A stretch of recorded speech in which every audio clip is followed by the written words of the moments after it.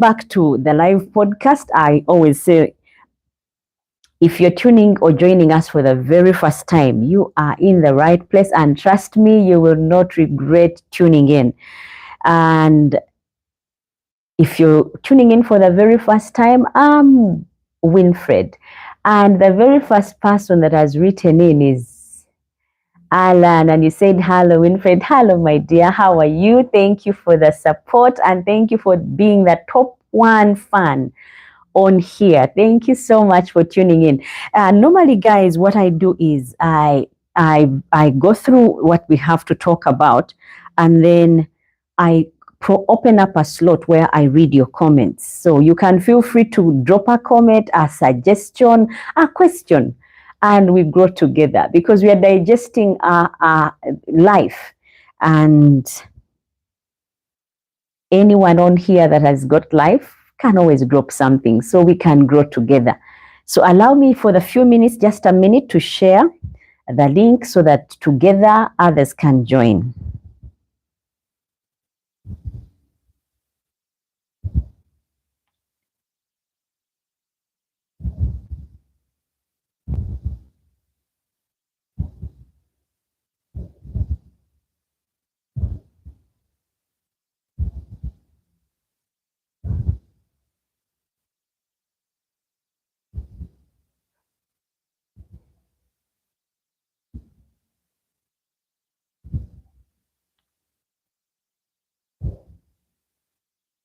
Otherwise, I'm so glad that you've chosen to spend your Friday night on here, guys. You could be any place, but if you chose to be on this live podcast, thank you so much.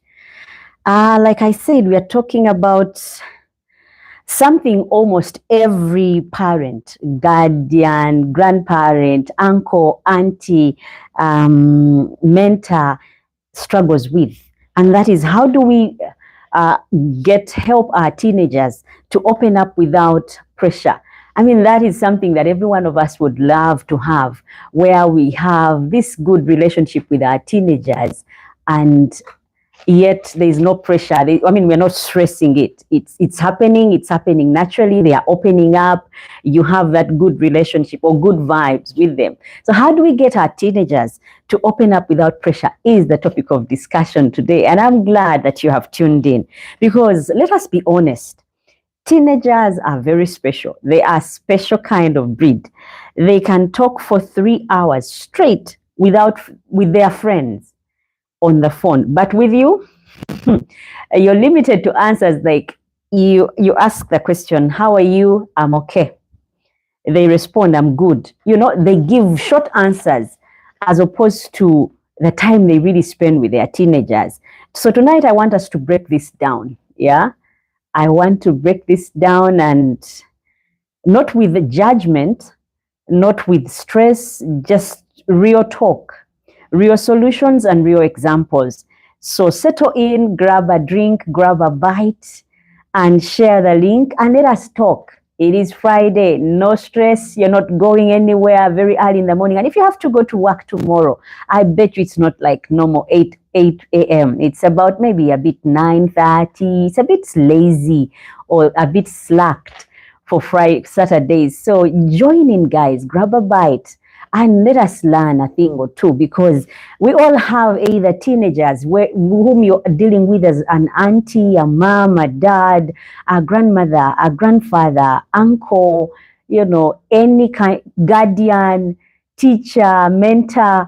You would like to sit this in and, hear this, and maybe we can, exchange ideas on this one and see which one really works and which one doesn't. And because it's a live podcast, go ahead, drop your comments. I will read them in the slot once it's availed.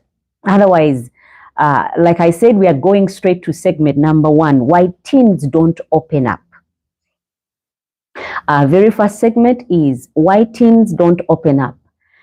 Before we talk about how to help them talk, we must also understand why they shut down. Because if you don't understand the cause, surely you cannot treat it or diagnose or be able to help them. So There are 5 common reasons why teens don't open up. And I promise you, once you hear once you hear them all, you will realize it's not personal. It is something else all along. And if you have it straight, you've got your teenager opening up and speaking to you like your friends. So one of those reasons why teenagers don't open up, it's the fear of judgment. Yeah, you heard me right. The fear of judgment. They are afraid you will criticize them, afraid you will overreact. So one reason, if you have a teenager in your house and they are not opening up, they are not talking about, they seem to be closed in, it's because of the fear of being judged. They fear that you're going to criticize them. Once you get to know what they are into or what they are doing or what they are going through, they fear that you will judge them. So fear for criticism causes them to not open up. Now we are going to take this slowly by slowly. First of all, we are going to see why teenagers don't open up and how we will help them get to open up. Because we as parents actually play the biggest part in our children's lives. Because I know you can trust school to do this for you, but you as the parent, the biggest end of the stick is in your hands. You're the one who brought them into this world. So you've already got audience with them, as opposed to the teachers at school, even when they spend most of the time with them, as opposed to friends, because you are their safest space. You are they are constant because they know you'll be there all the time. So whatever you give them, if you made it in life, they know they'll make it. If you didn't make it, they know they are bound to fail. But if you come up with an idea that seems to be one that will guide them on the right track, probably they may listen and take this for you. So now, the first one is the fear of judgment. The other one would be they want independence. I know the way we are brought up. Like, I come from Uganda. I always say this on the live, and I guess some of you who know me are wondering why I'm so proud of my country. I come from Uganda, and where I come from, elderly people are respected or held in high regard. Whereby if it's a teenager that we are dealing with, we take them as though they are nothing. Their opinions don't count. They are just children. And growing up, we used to have that talk of, you don't speak when elders are speaking. You don't speak unless spoken to. So we grow up in that setting where we are not free to express ourselves as people. So imagine your teenager and they want to, because they are filled with all this energy, they want to be expressive. They are their own individuals. For a long time, say like for 13 years, they've been taking all your orders, all your crap. They've been taking it in without questioning. But now they are at that place where they want to sieve and see for themselves, what is it that is right? What is it that is okay to take? What is it that is safe? Without you telling them. So they want that independence. A teenager's job is to form identity. I hope we all hear this. It is to form identity. Say, I'm my own person. That is what they want to say. Like they are not you anymore. You're not the one in charge anymore, making the decision for them. They want to break out and, tell you that they are their own selves. They are not who you want them to be, but they are themselves, and they want to express it out to you. So sometimes silence is their way of controlling their world, because sometimes they just keep quiet, because once they say something, you'll not take it easily, or you may judge them, or you may come up with something that restricts them more. So they go silent because they want to be independent. They don't want you to think they are the little kid that you have always known or had. And the other one would be they don't know how to express emotions.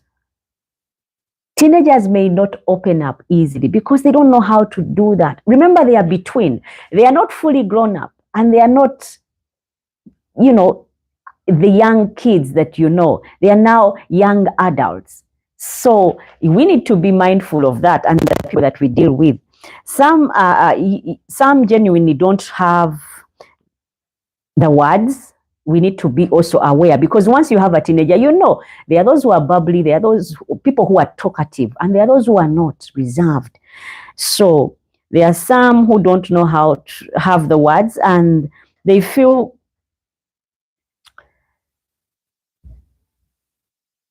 things at, they feel like 50 things at once and can't untangle it all out there, or you know, put it everything out there, so they just keep quiet. And some of them are, it's also the settings where we grow up and you don't talk, you know, you don't, as you do this when kids are growing up, we do something that is really, really strange. Like, I mean, where I come from, Uganda, there's a way parents dominate. Some homes, you cannot even sit on the same table with your dad and your mom. Some families, you cannot even speak eye to eye with your father or your mom or your grandmother, maybe grandmothers, because those ones tend to pamper kids and spoil them. But then there are those settings where it is the father, it is the mother, but they hear that their father has come and they run off. Why? Because they don't know how to be there with their parents. So it's a lot of reasons, but we're going to break them down slowly by slowly. Now, the past reactions would also contribute to our teenagers shutting down and not talking to us. So we need to first get to the root as to why our teenagers don't open up before we actually give out treatment. I hope we all get this one. Maybe one time they shared something and the reaction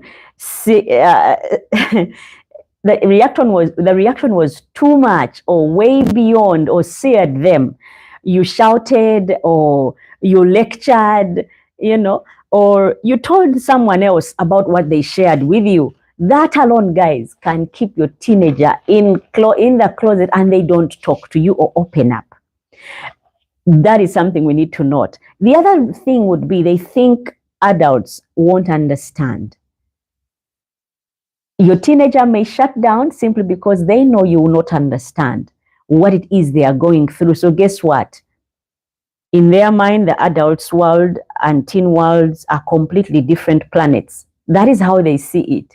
They see, you know, even if I try to explain to her or to him, he wouldn't know what we are dealing with.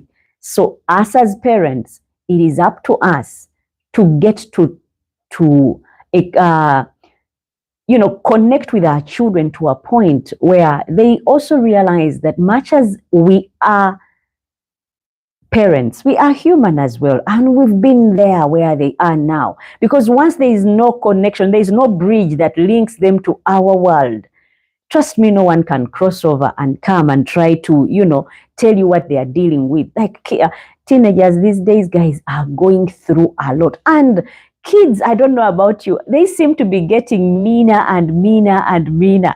They come up with the strangest things. They are like looking at a perfect world where you can't fall short. I remember someone told me that in their school, there was someone who had just joined and people made fun of her. And she actually left school and dropped out of school. So it can really get so mean and so bad. Now, if that is your daughter, or if that is your son, and they are bullied at school or they are going through a lot, even just having the wrong type of shoes. There are schools that have shoes called maybe Bishop or whatever shoes those are, or pumps. And if you can't afford them, if you can't buy them for your teenager, they are bullied because they are not having what is quote unquote trending. So you think about it. It may seem small to us, but things that cause our teenagers